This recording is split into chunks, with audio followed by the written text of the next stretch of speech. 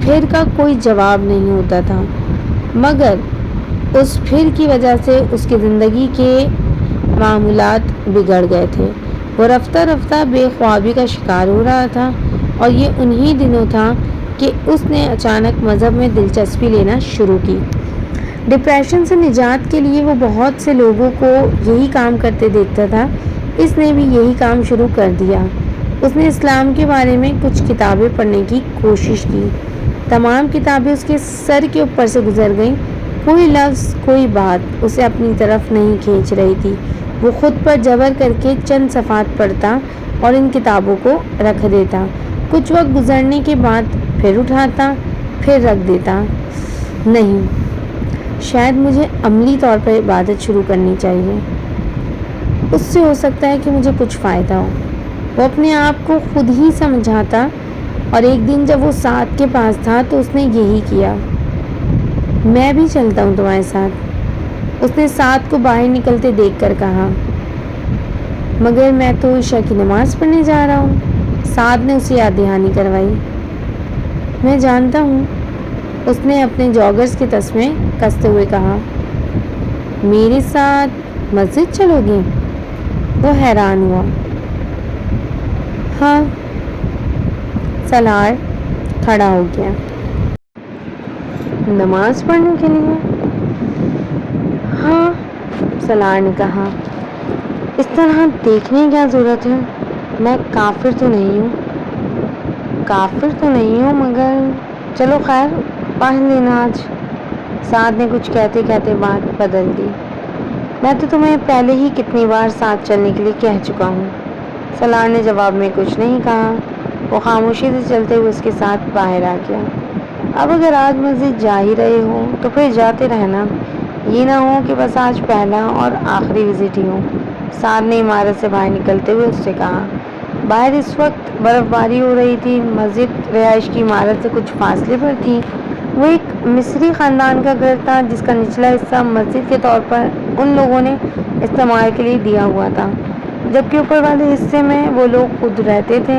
بعض دفعہ وہاں نمازیوں کی تعداد 10-15 کے درمیان ہی رہتی تھی۔ سعد مسجد تک پہنچنے تک سالار کو ان تفصیلات سے آگاہ کرتا رہا۔ سالار خاموشی اور کچھ لاتعلقی کے عالم میں سڑک پر احتیاط سے پھسلتی گاڑیوں اور ہر طرف موجود برف کے ڈھیر پر نظریں دوڑاتا اس کے ساتھ چلتا رہا۔ 5-7 منٹ چلتے رہنے کے بعد ایک موڑ مڑ کر سعد ایک گھر کا دروازہ کھول کر اندر داخل ہو گیا۔ دروازہ بند تھا مگر لاک نہیں تھا، اور سعد نے دروازے پر دستک دی تھی، نہ ہی کسی سے اجازت مانگی تھی۔ بڑے مانوس سے انداز میں اس نے دروازے کا ہینڈل گھمایا اور پھر اندر داخل ہو گیا۔ سالار نے اس کی پیروی کی۔ تم وضو کر لو، سعد نے اچانک اسے مخاطب کیا، اور پھر اسے ساتھ لے کر ایک دروازہ کھول کر ایک باتھ روم میں داخل ہو گیا۔ سعد کی زیر نگرانی جب تک وہ وضو کے آخری حصے تک پہنچتا، ٹھنڈا پانی گرم میں تبدیل ہو چکا تھا۔ اپنے بالوں کا مسح کرتے کرتے وہ ایک بار پھر ٹھٹکا۔ سعد سمجھا اسے صحیح طریقہ نہیں پتا۔ اس نے ایک بار پھر اسے ہدایت دی۔ وہ خالی الذہنی کے عالم میں اپنے ہاتھ کو ایک بار پھر حرکت دینے لگا۔ گدی تک ہاتھ پھیرتے ہوئے اس کا ہاتھ گردن میں موجود زنجیر سے ٹکرایا تھا۔ اس کی نظر بے اختیار سامنے آئینے میں گئی۔ وہ ایک بار پھر کہیں اور پہنچ چکا تھا۔ سعد نے اسے کچھ کہا تھا، اس بار اس نے نہیں سنا۔ کمرے میں موجود 10 افراد 2 صفوں میں کھڑے ہو رہے تھے۔ وہ سعد کے ساتھ پچھلی صف میں کھڑا ہو گیا۔ امام صاحب نے امامت شروع کر دی۔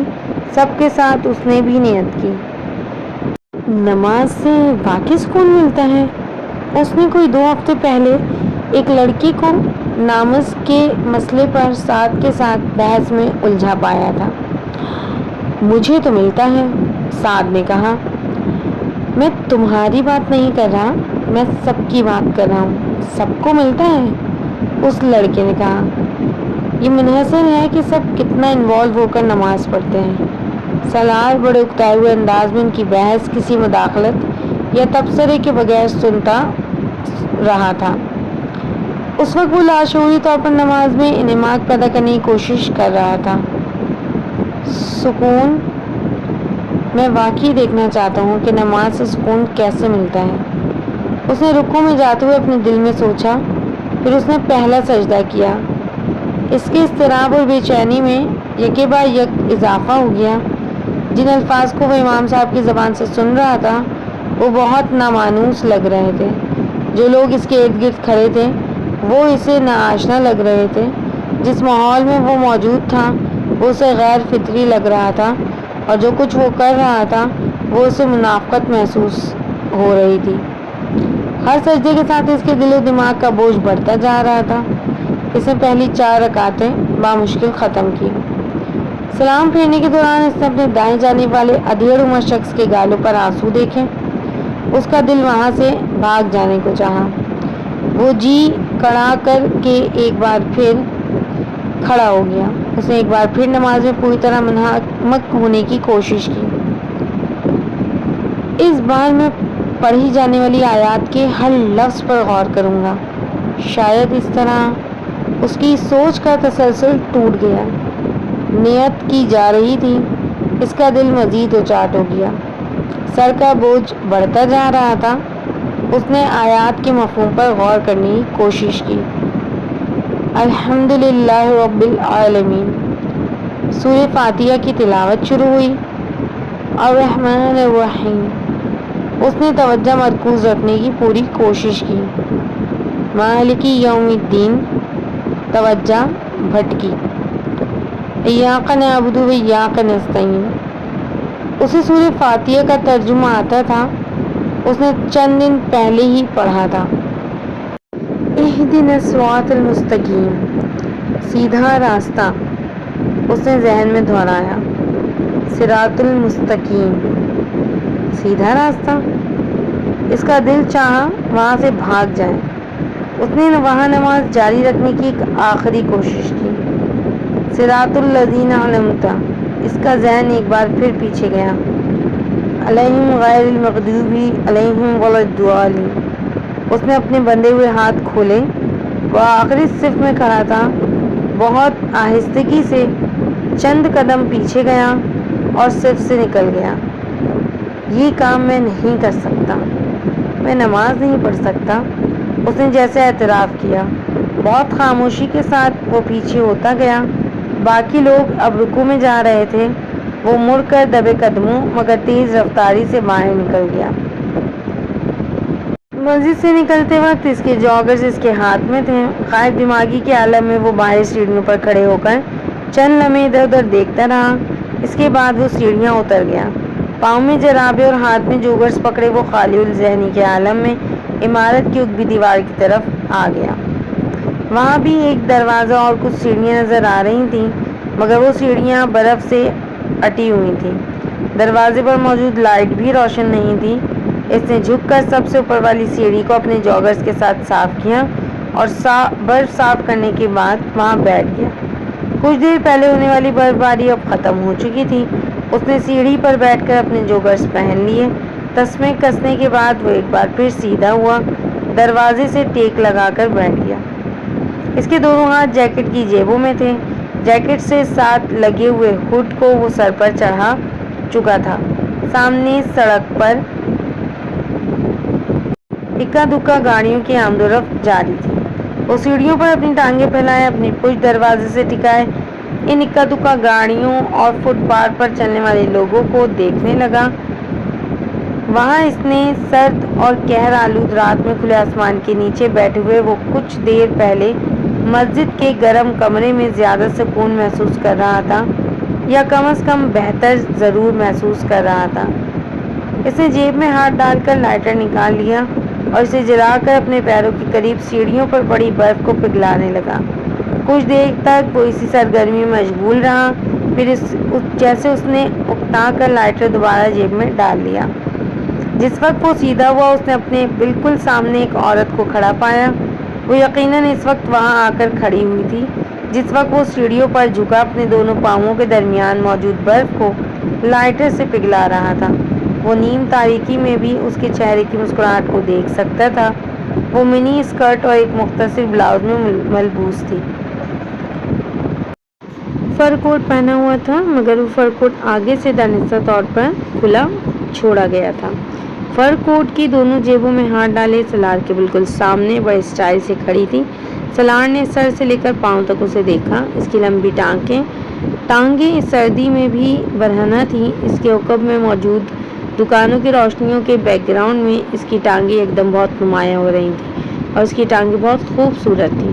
کچھ دیر تک وہ ان سے نظریں نہیں ہٹا سکا۔ اس عورت کے پیروں میں بوٹ نما ہائی ہیل کے جوتے تھے۔ سلار حیران تھا وہ برف کے اس ڈھیر پر ان جوتوں کے ساتھ کس طرح چلتی ہوگی۔ I charge 50 for 1 hour، اس عورت نے بڑے دوستانہ انداز میں کہا۔ سلار نے اس کی ٹانگوں سے نظریں ہٹا کر اس کے چہرے کو دیکھا۔ اس کی نظریں ایک بار پھر اس کی ٹانگوں پر گئیں۔ کئی سالوں میں پہلی بار اسے کسی پر ترس آیا۔ کیا مجبوری تھی کہ وہ اس برف باری میں بھی اس طرح برہنہ پھرنے پر مجبور تھی، جبکہ وہ اس موٹی جینس میں بھی سردی کو اپنی ہڈیوں میں گھستے محسوس کر رہا تھا۔ اوکے، $40۔ اس خاموش عورت کو دیکھ کر اس عورت کو اندیشہ ہوا کہ شاید وہ قیمت اس کے لیے قابل قبول نہیں تھی، اس لیے اس نے فوراً اس میں کمی کر دی۔ سلار جانتا تھا $40 بھی زیادہ تھے۔ وہ سڑک پر $20 میں بھی 1 گھنٹے کے لیے کسی لڑکی کو حاصل کر سکتا تھا۔ وہ 35-40 سال کی تھی اور بات کرتے ہوئے محتاط نظروں سے سڑک پر ادھر ادھر دیکھ رہی تھی۔ سلار جانتا تھا یہ احتیاط کسی پولیس کا یا پولیس والے کے لیے تھی۔ Okay, 30، no more bargaining, take it or leave it. سلار کی خاموشی نے اس کی قیمت کو کچھ اور کم کیا۔ سلار نے اس بار کچھ بھی کہے بغیر اپنی جیکٹ کی اندر کی جیب میں ہاتھ ڈالا اور وہاں موجود چند کرنسی نوٹ نکال کر اس کی طرف بڑھا دیے۔ اس کے پاس اس وقت والیٹ نہیں تھا۔ اس عورت نے حیرانی سے اسے دیکھا اور پھر نوٹوں کو اس کے ہاتھ سے جھپٹ لیا۔ وہ پہلا گاہک تھا جو اسے ایڈوانس پے کر رہا تھا، اور وہ بھی $50، جبکہ وہ اپنی قیمت کم کر چکی تھی۔ تم میرے ساتھ چلو گے یا میں تمہارے ساتھ؟ وہ بڑی بے تکلفی سے اس سے پوچھ رہی تھی۔ نہ میں تمہارے ساتھ چلوں گا نہ تم میرے ساتھ، بس تم یہاں سے جاؤ۔ سلار نے ایک بار پھر سڑک کے دوسری طرف موجود دکانوں پر نظریں جماتے ہوئے کہا۔ وہ عورت بے یقینی سے اسے دیکھتی رہی۔ واقعی؟ ہاں، سلار نے بے تاثر لہجے میں کہا۔ تو پھر تم نے یہ کیوں دیے ہیں؟ اس عورت نے اپنے ہاتھ میں پکڑے نوٹوں کی طرف اشارہ کیا۔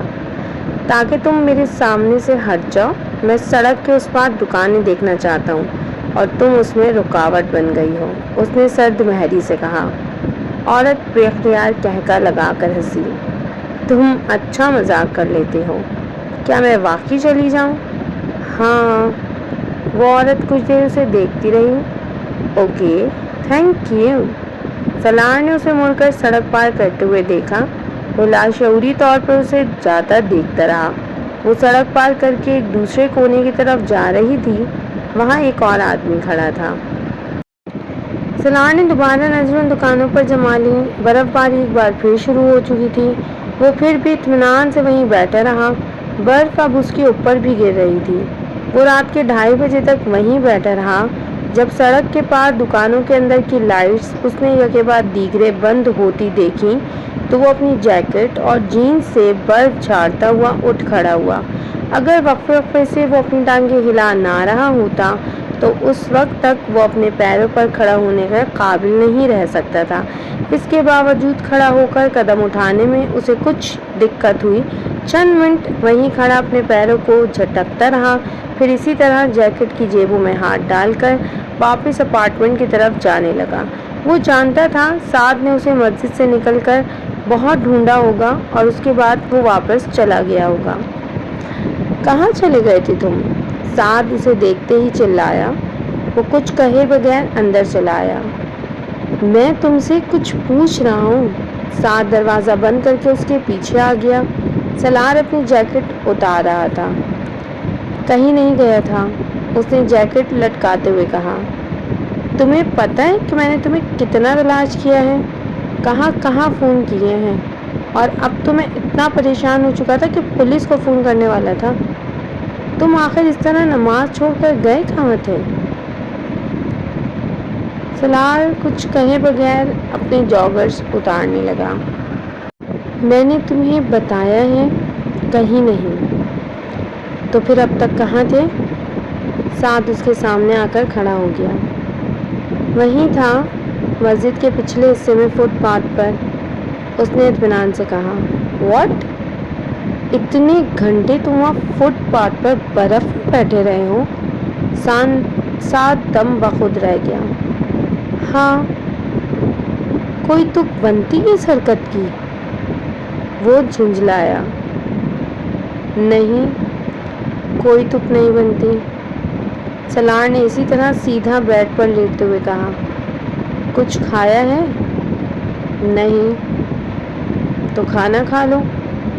نہیں، بھوک نہیں ہے۔ وہ اب چھت پر نظریں جمائے ہوئے تھا۔ سعد اس کے قریب بیٹھ کر بیڈ پر بیٹھ گیا۔ تمہارے ساتھ آخر مسئلہ کیا ہے، بتا سکتے ہو مجھے؟ سلار نے گردن کو ہلکی سی حرکت سے کراس دیکھا۔ کوئی مسئلہ نہیں ہے، بے تاثر لہجے میں کہا گیا۔ میں سمجھا تم اپنے اپارٹمنٹ چلے گئے ہو، مگر وہاں بار بار رنگ کرنے پر بھی تم نہ ملے۔ سعد بڑبڑا رہا تھا۔ سلار کی نظریں چھت پر ہی تھی۔ اس سے بہتر تھا کہ میں تمہیں اپنے ساتھ نماز پڑھنے کے لیے لے کر ہی نہ جاتا۔ آئندہ میرے ساتھ مت جانا تم، سعد نے ناراضگی سے کہا۔ اب اس کے بیڈ سے اٹھ گیا تھا۔ کچھ دیر تک وہ اپنے کام نمٹاتا رہا، پھر وہ نائٹ بلب آن کر کے اپنے بیڈ پر لیٹ گیا۔ اس نے ابھی آنکھیں بند کی تھیں جب اس نے سلار کی آواز سنی۔ سعد؟ ہاں؟ اس نے آنکھیں کھول دیں۔ یہ صراط مستقیم کیا ہوتا ہے؟ سادہ لہجے میں پوچھے گئے سوال نے سعد کو حیران کر دیا۔ اس نے گردن موڑ کر بائیں جانب بیڈ پر سیدھا لیٹے ہوئے سلار کو دیکھا۔ صراط مستقیم سیدھے راستے کو کہتے ہیں۔ جانتا ہوں، مگر سیدھا راستہ کیا ہوتا ہے؟ اگلا سوال آیا۔ سعد نے اس کی طرف کروٹ لے لی۔ سیدھا راستہ مطلب نیکی کا راستہ۔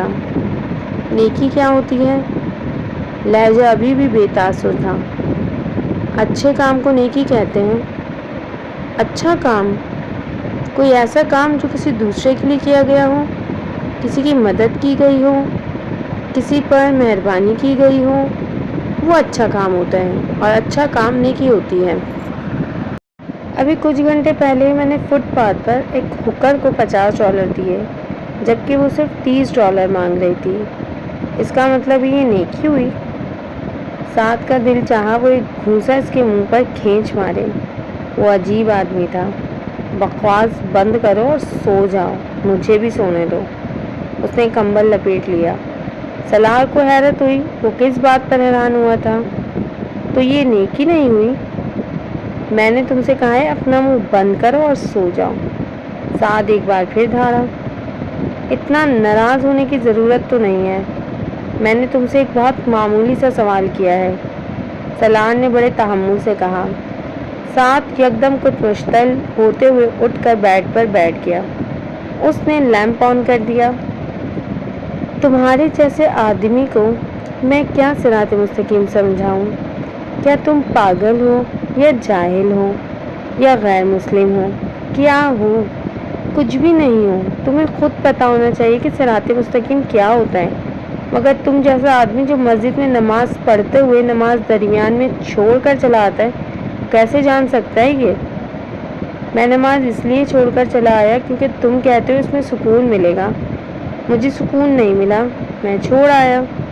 اس کے پرسکون انداز میں کہے گئے جملے نے سعد کو مزید مشتعل کر دیا۔ تمہیں نماز میں اس لیے سکون نہیں ملا کیونکہ مسجد تمہاری جگہ نہیں ہے۔ تمہارے لیے سکون کی جگہ سینما، تھیٹر، بار اور کلب ہیں۔ مسجد تمہارے لیے نہیں ہے۔ تمہیں نماز میں سکون کہاں سے مل جاتا؟ اور تم چاہتے ہو میں تمہیں بتاؤں صراط مستقیم کیا ہوتا ہے؟ وہ بیڈ پر سیدھا لیٹا پلکیں جھپکائے بغیر سعد کو دیکھتا رہا۔ تمہارے جیسا شخص جو نماز سے بھاگ جاتا ہے، شراب پیتا ہے اور زنا کرتا ہے، وہ صراط مستقیم کے مطلب کو سمجھ سکتا ہے، نہ اس پر آ سکتا ہے۔ تمہارا مطلب ہے جو شراب پیتے ہیں اور زنا کرتے ہیں مگر نماز سے بھاگتے نہیں، نماز بھی پڑھ لیتے ہیں، وہ صراط مستقیم کا مطلب سمجھتے ہیں اور صراط مستقیم پر ہیں۔ سعد کچھ بول نہیں سکا۔ مدھم آواز اور بے تاثر لہجے میں کیے گئے ایک ہی سوال نے اسے خاموش کر دیا تھا۔ سالار اب بھی اسی طرح اسے دیکھ رہا تھا۔ تم ان چیزوں کو نہیں سمجھ سکتے سالار، اس نے کچھ دیر خاموش رہنے کے بعد کہا۔ سالار کے کانوں میں ایک جھماکے کے ساتھ ایک دوسری آواز گونج اٹھی تھی۔ ہاں، میں واقعی نہیں سمجھ سکتا۔ لائٹ آف کر دو، مجھے نیند آ رہی ہے۔ اس نے مزید کچھ کہے بغیر آنکھیں بند کر لیں۔ مجھے پہلے ہی اندازہ تھا کہ تم اپنے اپارٹمنٹ پر ہی ہوگے، صرف تم نے جان بوجھ کر آنسر فون لگا دیا ہوگا۔ ساتھ اگلے بے دن 10 بجے سالار کے اپارٹمنٹ پر موجود تھا۔ سالار نے نیند میں اٹھ کر دروازہ کھولا تھا۔ تم اس طرح بغیر بتائے بھاگ کیوں آئے میرے اپارٹمنٹ سے؟ سعد نے اندر آتے ہوئے جھاڑا۔ بھاگا تو نہیں تھا، تم سو رہے تھے، میں تمہیں جگانا مناسب نہیں سمجھا، سالار نے آنکھیں مچلتے ہوئے کہا۔ کس وقت آئے تھے تم؟ شاید 4-5 بجے۔ یہ جانے کا کون سا وقت تھا؟ سعد نے تنگ آ کر کہا۔ اور تم اس طرح آئے کیوں؟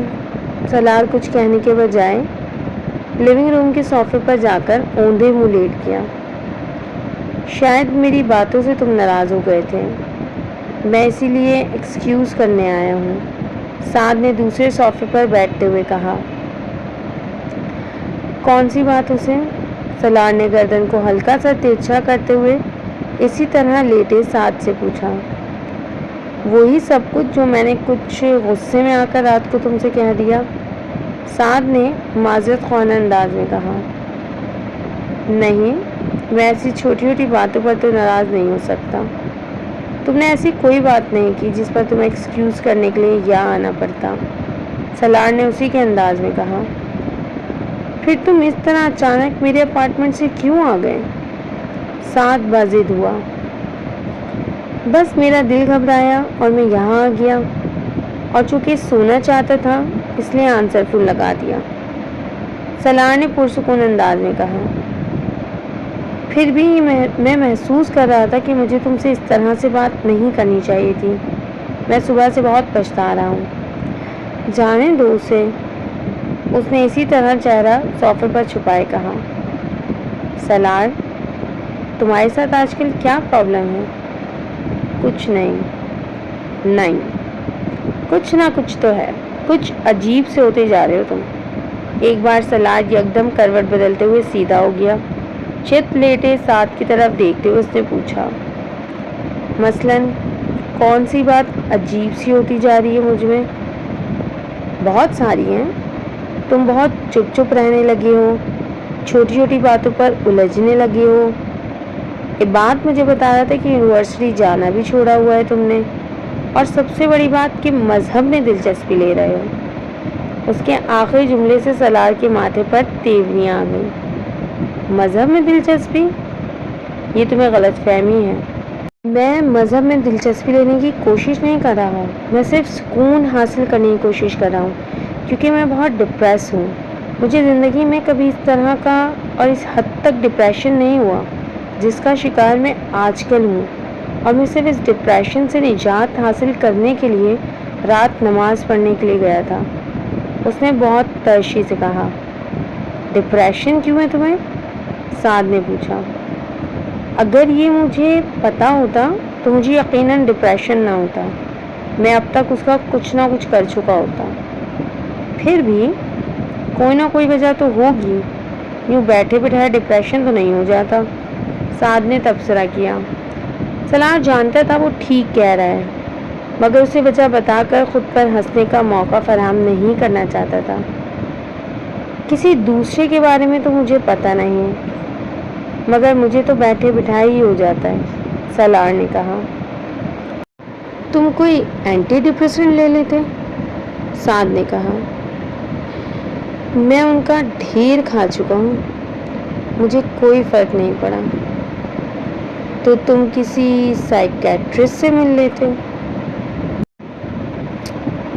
میں یہ کام تو کبھی نہیں کروں گا. میں تنگ آ چکا ہوں ان لوگوں سے ملتے ملتے. کم از کم اب تو میں نہیں ملوں گا. سالار نے بے اختیار کہا. پہلے کس سلسلے میں ملتے رہے ہو تم؟ سعد نے کچھ چونک کر تجسس کے عالم میں پوچھا. بہت سی باتیں تھیں، تم انہیں رہنے دو. وہ اب چت لیٹا چھت کو گھور رہا تھا. تو پھر تم ایسا کیا کرو کہ عبادت کیا کرو، نماز پڑھا کرو. میں نے کوشش کی تھی مگر میں نماز نہیں پڑھ سکتا. نہ تو مجھے وہاں کوئی سکون ملا، نہ ہی میں یہ جانتا تھا کہ میں جو پڑھ رہا ہوں وہ کیا ہے، کیوں پڑھ رہا ہوں. تو تم یہ جاننے کی کوشش کرو. سالار نے اس کی بات کاٹ دی. اب پھر رات والی بحث شروع ہو جائے گی، صراط مستقیم والی، اور پھر تمہیں غصہ آئے گا. نہیں، مجھے غصہ نہیں آئے گا، سعد نے کہا. جب مجھے یہی نہیں پتا کہ صراط مستقیم کیا ہے تو پھر میں نماز کیسے پڑھ سکتا ہوں؟ تم نماز پڑھنا شروع کرو گے تو تمہیں خود ہی پتہ چل جائے گا کہ صراط مستقیم کیا ہے. کیسے؟ تم خود ہی غلط کاموں سے بچنے لگو گے، اچھے کام کرنے لگو گے. سعد نے وضاحت کرنے کی کوشش کی. مگر میں کوئی غلط کام نہیں کرتا اور نہ ہی مجھے اچھے کام کرنے کی خواہش ہے. میری زندگی نارمل ہے. تمہیں یہ احساس ہو بھی نہیں سکتا کہ تمہارا کون سا کام صحیح ہے اور کون سا غلط. جب تک کہ سالار نے اس کی بات کاٹ دی. صحیح اور غلط کام میرا مسئلہ نہیں ہے. ابھی تو مجھے بس بے سکونی رہتی ہے اور اس کا تعلق میرے کاموں سے نہیں ہے. تم وہ تمام کام کرتے ہو جو انسان کی زندگی کو بے سکون کر دیتے ہیں. مثلاً، سالار نے چپتے ہوئے لہجے میں کہا. تم پورک کھاتے ہو. کم آن، وہ بے اختیار بلبلایا. پورک یہاں کہاں آ گیا؟ تم مجھے ایک بات بتاؤ. سالار اٹھ کر بیٹھ گیا. تم تو بڑی باقاعدگی سے نماز پڑھتے ہو، بڑی عبادت کرتے ہو. نماز نے تمہاری زندگی میں کون سی تبدیلیاں کر دی؟ مجھے بے سکونی نہیں ہے. حالانکہ تمہارے فارمولے کے مطابق تمہیں بھی بے سکونی ہونی چاہیے کیونکہ تم بھی بہت سے غلط کام کرتے ہو. سالار نے ترکی بترکی جواب دیا. مثلاً، میں کیا غلط کام کرتا ہوں؟ تم جانتے ہو، میرے دہرانے کی ضرورت نہیں ہے. میں نہیں جانتا، تم دہراؤ. سعد نے جیسے اسے چیلنج کیا. سالار اسے کچھ دیر دیکھتا رہا، پھر اس نے کہا. میں نہیں سمجھتا سعد کہ صرف عبادت کرنے سے زندگی میں کوئی بہت نمایاں تبدیلی لائی جا سکتی ہے. اچھے کاموں یا کردار کا تعلق عبادت کرنے یا نہ کرنے سے نہیں ہوتا. سعد نے اس کی بات کاٹ دی. میں اسی لیے تم سے کہتا ہوں کہ اپنے مذہب میں کچھ دلچسپی لو اور اسلام کے بارے میں کچھ علم حاصل کرو تاکہ اپنی اس غلط فہمی کی فلسفی اور سوچ کو بدل سکو. میری سوچ غلط نہیں ہے. میں نے مذہبی لوگوں سے زیادہ جھوٹا، منافق اور دھوکے باز کسی کو نہیں پایا. میں امید کرتا ہوں تم برا نہیں مانو گے مگر میں سچ کہہ رہا ہوں. ابھی تک مجھے 3 ایسے لوگوں سے واسطہ پڑا جو بہت مسلمان بنتے ہیں اور اسلام کی بات کرتے ہیں اور تینوں فیک منافق ہیں. وہ بڑی تلخی سے کہہ رہا تھا. سب سے پہلے میں ایک لڑکی سے ملا. وہ بھی بڑی ہی مذہبی بنتی تھی، پردہ کرتی تھی، بڑی پارسا اور پاک باز ہونے کا ڈرامہ کرتی تھی اور ساتھ میں ایک لڑکے کے ساتھ افیئر چلا رہی تھی. اپنے منگیتر کے ہوتے ہوئے اس کے لیے گھر سے بھاگ بھی گئی. اسے ضرورت پڑی تو اس نے ایک ایسے شخص کی بھی مدد لی جسے وہ برا سمجھتی تھی، یعنی اسے اپنے فائدے کے لیے استعمال کرنے میں کوئی آر نہیں سمجھا. ان محترمہ پارسا خاتون نے. اس کے لبوں پر استہزائیہ مسکراہٹ تھی. اس کے بعد میں ایک اور آدمی سے ملا جس نے داڑھی رکھی ہوئی تھی. بڑا پکا اور سچا قسم کا مسلمان تھا، لیکن اس نے اس لڑکی کی مدد نہیں کی جس نے اس سے بھیک مانگنے کی حد تک مدد مانگی. اس نے اس لڑکی سے شادی نہیں کی جسے وہ محبت کے نام پر بیوقوف بناتا رہا. اور ابھی کچھ عرصے پہلے میں امریکہ میں اس سے ملا تو اس کی داڑھی بھی غائب ہو چکی تھی. شاید اس کے اسلام کے ساتھ۔ وہ ہنسا۔ اور تیسرے تم ہو، تم پورک نہیں کھاتے، صرف یہ ایک حرام کام ہے جو تم نہیں کرتے، باقی سب تمہارے لیے جائز ہے۔ جھوٹ بولنا، شراب پینا، زنا کرنا، کلب میں جانا، غیبت کرنا، دوسروں کا مذاق اڑانا۔ حالانکہ کہ ویسے تم بڑے نیک ہو، تم نے داڑھی رکھی ہوئی ہے، تم ہمارا دماغ کھا جاتے ہو اسلام کی باتیں کر کر کے، زبردستی نماز پڑھوانے تک تلے رہتے ہو، ہر بات میں مذہب کا حوالہ لے آتے ہو، یہ آیت اور وہ حدیث، وہ آیت اور یہ حدیث، اس کے علاوہ تمہاری زبان پر اور کچھ ہوتا ہی نہیں۔ اور جب میں تمہارا عمل دیکھتا ہوں تو میں ذرا بھر بھی تم سے متاثر نہیں ہوتا۔ کتنا مشکل ہوتا ہے اسلام کے بارے میں تمہارا لیکچر سننا، میں تمہیں بتا نہیں سکتا۔ مجھ میں اور تم میں زیادہ فرق تو نہیں ہے، تم داڑھی رکھ کر اسلام کر کر کے وہ سارے کام کرتے ہو جو میں داڑھی کے اور اسلام کی بات کیے بغیر کرتا ہوں۔ عبادت نے کیا انقلاب برپا کیا ہے تمہاری زندگی میں، سوائے اس کے کہ تمہیں ایک خوش فہمی ہو گئی ہے کہ تم تو سیدھے جنت میں جاؤ گے اور سارے دوزخ میں۔ تمہارے قول اور فعل میں اگر یہ تضاد نہ ہو تو میں کبھی تم سے یہ سب نہ کہتا، مگر میں ریکویسٹ کرتا ہوں کہ تم دوسروں کو مذہب کی طرف راغب کرنے کی کوشش نہ کیا کرو، کیونکہ میں سمجھتا ہوں کہ تم خود بھی مذہب کے صحیح مفہوم سے واقف نہیں ہو۔ اب میری ان ساری باتوں کو مائنڈ مت کرنا۔ سالار اب ٹیبل پر پڑا ایک سگریٹ سلگا رہا تھا۔ ساتھ تقریباً گونگا ہو گیا تھا۔ ٹھیک ہے، مجھ سے کچھ غلطیاں ہو جاتی ہیں، مگر اللہ انسان کو معاف کر دیتا ہے، اور میں نے کبھی یہ تو نہیں کہا کہ میں بہت ہی اچھا مسلمان ہوں اور میں ضرور جنت میں جاؤں گا، لیکن میں اگر ایک اچھا کام کرتا ہوں اور دوسرے کو اس کی ہدایت کرتا ہوں تو یہ اللہ کی طرف سے مجھ پر فرض ہے۔ سعد نے کچھ دیر خاموش رہنے کے بعد اس سے کہا، سعد، تم خواہ مخواہ دوسروں کی ذمہ داری اپنے سر پر مت لو، پہلے اپنے آپ کو ٹھیک کرو، پھر دوسروں کو ٹھیک کرنے کی کوشش کرو، تاکہ کوئی تمہیں منافق نہ کہہ سکے۔ جہاں تک اللہ کے معاف کر دینے کا تعلق ہے تو اگر تمہارا یہ خیال ہے کہ وہ تمہاری غلطی کو معاف کر سکتا ہے تو پھر وہ ہمیں بھی معاف کر سکتا ہے۔ ہمارے گناہوں کے لیے تم اگر یہ سمجھتے ہو کہ لوگوں کو اسلام کی طرف راغب کرنے سے تمہاری نیکیوں میں اضافہ ہوگا اور تم اپنے گناہوں سمیت اللہ کے قریب ہو جاؤ گے تو ایسا نہیں ہوگا۔ بہتر ہے تم اپنا ٹریک ریکارڈ ٹھیک کرو، صرف اپنے آپ کو دیکھو، دوسروں کو نیک بنانے کی کوشش نہ کرو، ہمیں برا ہی رہنے دو۔ اس نے ترشتی سے کہا۔ اس لمحے اس کے دل میں جو آیا اس نے سعد سے کہہ دیا۔ جب وہ خاموش ہوا تو سعد اٹھ کر چلا گیا۔ اس دن کے بعد اس نے دوبارہ کبھی سالار کے سامنے اسلام کی بات نہیں کی۔ وہ اس ویکینڈ پر بہت دنوں کے بعد کسی ریسٹورینٹ گیا تھا۔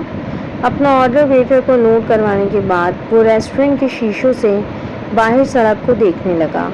وہ جس میز پر بیٹھا تھا وہ کھڑکی کے قریب تھی اور قد آدم کھڑکیوں کے شیشوں کے پاس بیٹھ کر اسے یوں ہی محسوس ہو رہا تھا جیسے وہ باہر فٹ پاتھ پر بیٹھا ہوا تھا۔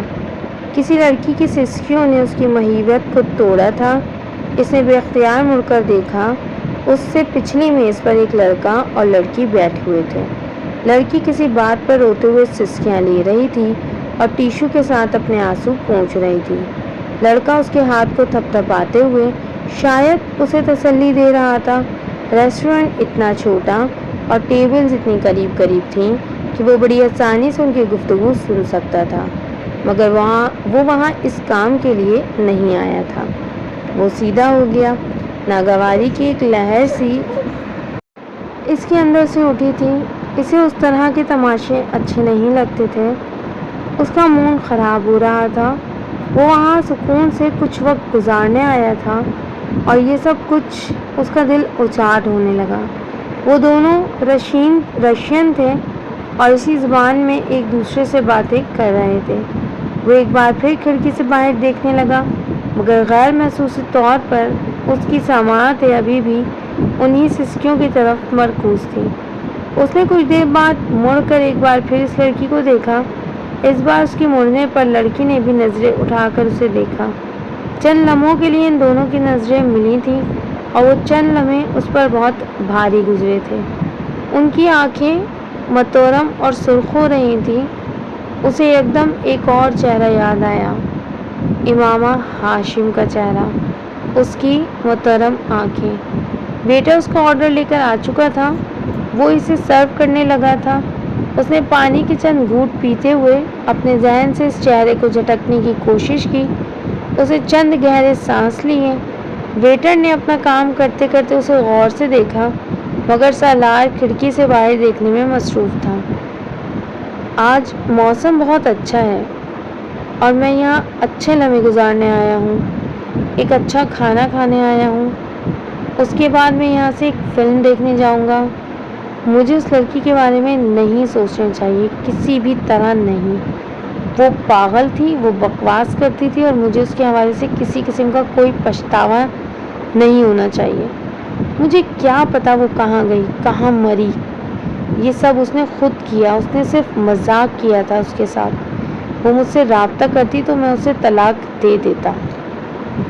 لاشعوری طور پر خود کو سمجھاتے سمجھاتے ایک بار پھر اس کا پچھتاوا اس کے سامنے آنے لگا تھا۔ پیچھے بیٹھی ہوئی لڑکی کی سسکیاں اب اس کے دماغ میں نیزے کی آنی کی طرح چبھ رہی تھیں۔ میں اپنی ٹیبل تبدیل کرنا چاہتا ہوں، اس نے بہت کھردرے انداز میں ویٹر کو مخاطب کیا۔ ویٹر حیران ہو گیا۔ کس لیے سر؟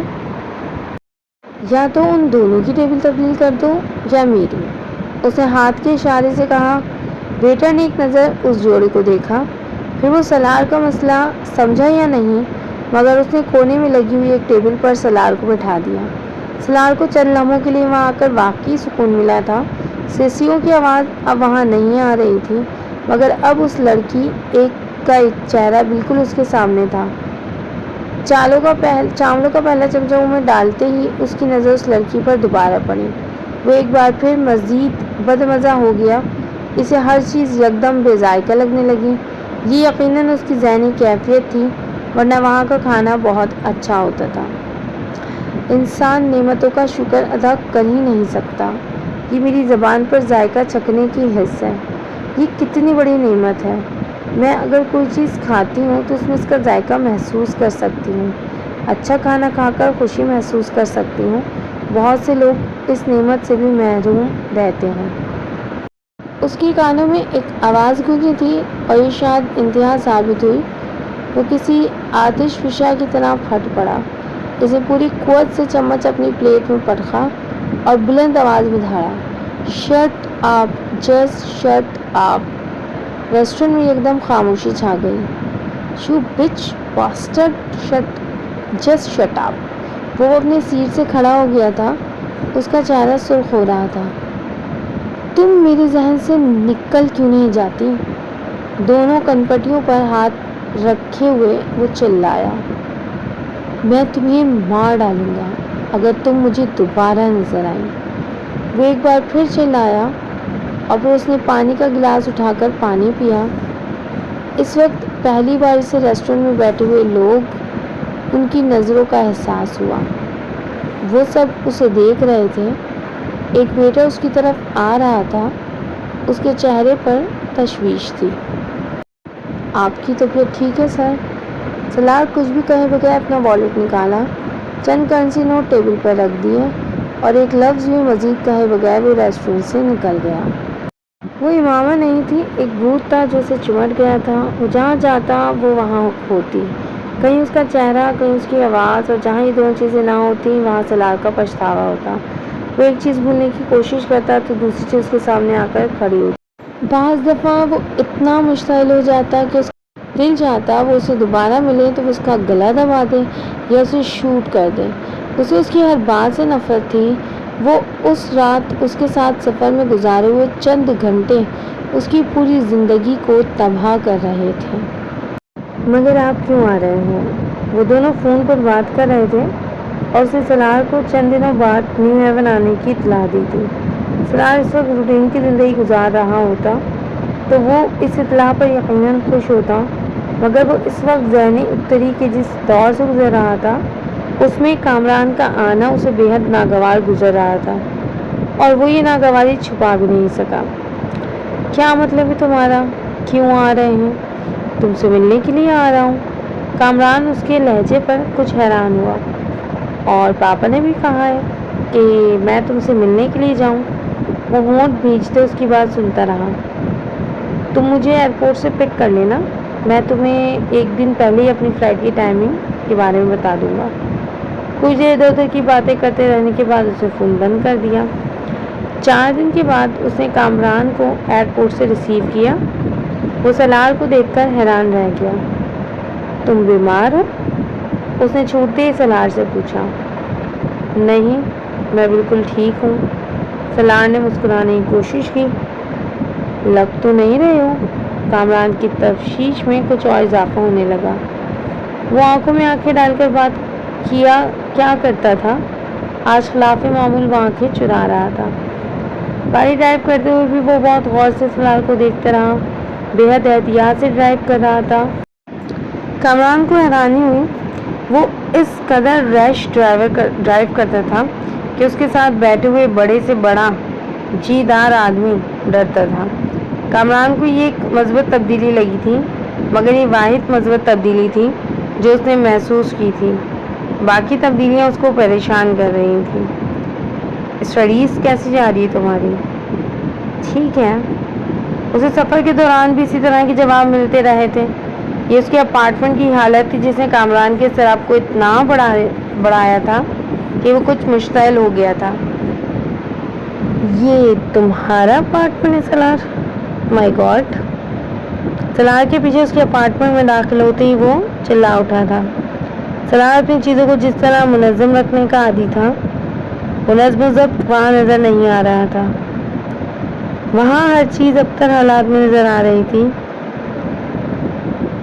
جگہ جگہ اس کے کپڑے، جرابیں اور جوتے بکھرے پڑے تھے۔ کتابوں اور اخباروں اور میگزینز کا بھی یہی حال تھا۔ کچن کی حالت سب سے بری تھی اور باتھ روم کی اس سے بھی زیادہ۔ کامران نے کچھ شوق کی حالت میں پورے اپارٹمنٹ کا جائزہ لیا۔ کتنے ماہ سے تم نے صفائی نہیں کی ہے؟ میں ابھی کر دیتا ہوں، سلار نے سرد بحری کے عالم میں چیزیں اٹھاتے ہوئے کہا۔ تم اس طرح رہنے کے عادی تو نہیں تھے، اب کیا ہوا ہے؟ کامران بہت پریشان تھا۔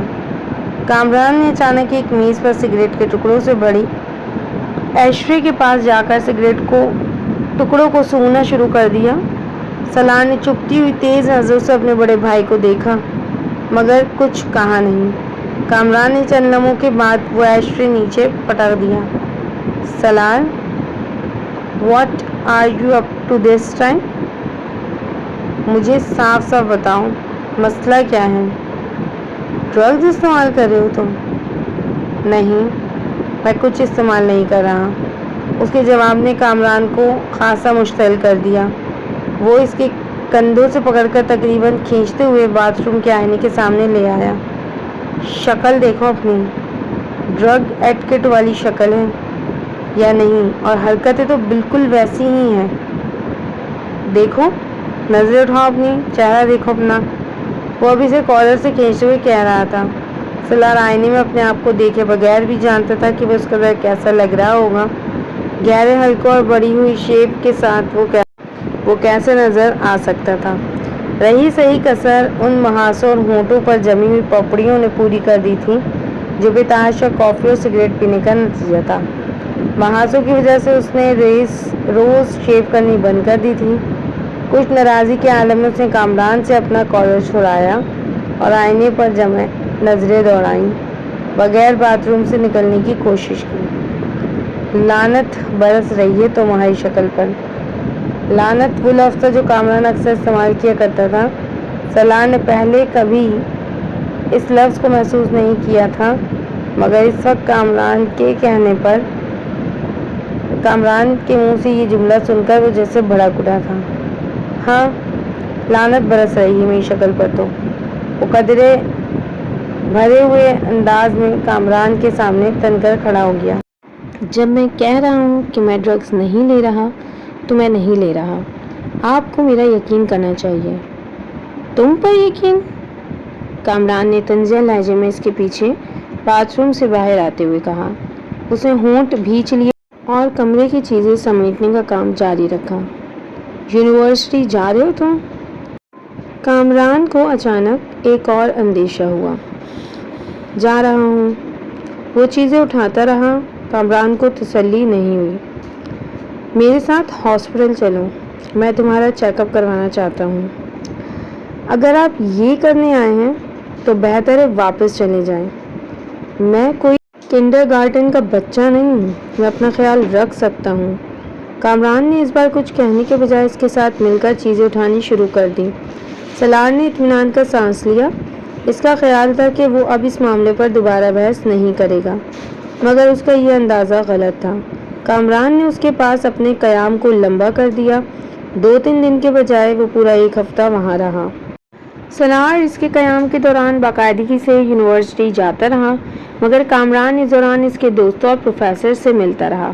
سیمسٹر میں فیل ہونے کی خبر بھی اسے سالار کے دوستوں سے ہی ملی تھی اور کامران کے لیے یہ ایک شوق تھا۔ سالار سے کچھ بھی توقع کی جا سکتی تھی، مگر سیمسٹر میں فیل ہونا، وہ بھی اس بری طرح سے جبکہ وہ کچھ عرصے پہلے تک یونیورسٹی کے پچھلے ریکارڈ بریک کرتے ہوئے ٹاپ کر رہا تھا۔ اس بار اس نے سالار سے اس معاملے کو ڈسکس نہیں کیا، بلکہ پاکستان سکندر عثمان کو فون کر کے اس سارے معاملے سے آگاہ کر دیا۔ سکندر عثمان کے پیروں تلے سے ایک بار پھر زمین نکل گئی تھی۔ سالار نے اپنا سابقہ ریکارڈ برقرار رکھا تھا۔ وہ 1-1.5 سال کے بعد ان کے لیے کوئی نہ کوئی نیا مسئلہ کھڑا کرتا رہتا تھا اور ہاشم مبین والے معاملے کو بھی اتنا ہی عرصہ ہونے والا تھا۔ آپ ابھی اس سے اس معاملے پر بات نہ کریں۔ یونیورسٹی میں کچھ چھٹیاں ہونے والی ہیں، آپ اسے پاکستان بلا لیں، کچھ عرصے کے لیے وہاں رکھیں، پھر ممی سے کہیں کہ وہ اس کے ساتھ واپسی پر یہاں آ جائیں اور جب تک اس کی تعلیم ختم نہیں ہوتی اس کے ساتھ رہیں۔ کامران نے سکندر عثمان کو سمجھایا۔ سکندر نے اس بار ایسا ہی کیا تھا۔ وہ بغیر بتائے چھٹیاں شروع ہونے سے پہلے نیو ہیون پہنچ گئے۔ اس کا حلیہ دیکھ کر سکندر عثمان کے پیٹ میں گرہیں پڑنے لگی تھیں، مگر انہوں نے کامران کی طرح اس سے بحث نہیں کی۔ انہوں نے اسے اپنے ساتھ پاکستان چلنے کے لیے کہا۔ اس کے احتجاج اور تعلیمی مصروفیات کے بہانے کو نظر انداز کرتے ہوئے انہوں نے زبردستی اس کی سیٹ بک کرا دی اور اسے پاکستان لے آئے۔ جی تو یہ تھی پیر کامل کی 15ویں قسط۔ امید کرتی ہوں آپ لوگ کو بہت بہت پسند آئی ہوگی۔ ویڈیو کو لائک کرنا مت بھولیے گا اور چینل کو سبسکرائب کرنا تو بالکل بھی مت بھولیے گا۔ کل حاضر ہوں گے آپ کے ساتھ نئی قسط کے ساتھ۔ آگے کیا ہوگا سالار کی زندگی میں اور کہاں سے تبدیلیاں آئیں گی، یہ سب دیکھنے کے لیے آپ نے ہمارے اگلے ایپیسوڈ کو ضرور سننا ہے۔ تو کل تک کے لیے اللہ حافظ، اپنا بہت سارا خیال رکھیے گا۔